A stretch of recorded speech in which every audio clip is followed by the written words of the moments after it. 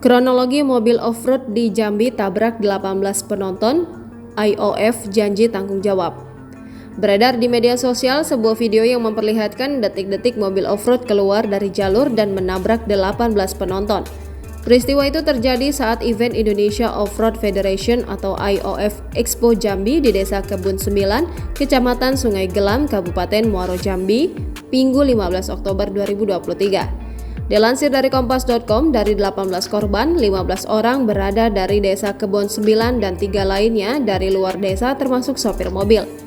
Kapolres Muaro Jambi AKBP Muharman Arta menjelaskan peristiwa itu berawal saat pesta terakhir Mustari menanjak Bukit Terjal sekitar pukul 16.30 waktu Indonesia Barat. Namun mobil keluar jalur dan berjalan di pinggir tebing lalu meluncur ke sisi kanan jalan dan menabrak kerumunan penonton yang berada di pinggir lintasan 6.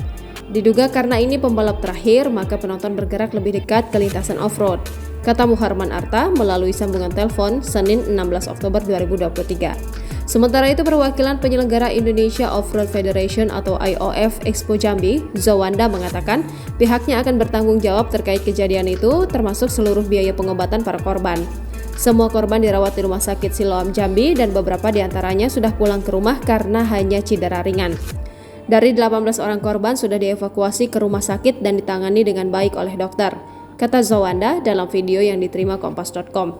Zawanda mengatakan IOF Jambi selaku pihak penyelenggara sudah mengikuti standar yang ditetapkan. Dia menyebut insiden tersebut murni kecelakaan, sementara itu Kepala Desa Kebon 9 Suwanto mengatakan dari 18 korban, 15 orang merupakan warganya. Tidak ada korban jiwa dalam peristiwa itu, para korban mengalami cedera ringan dan beberapa sudah pulang ke rumah masing-masing.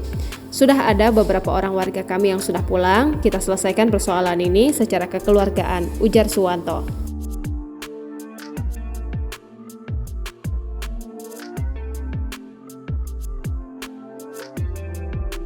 Download Tribun X sekarang, menghadirkan lokal menjadi Indonesia.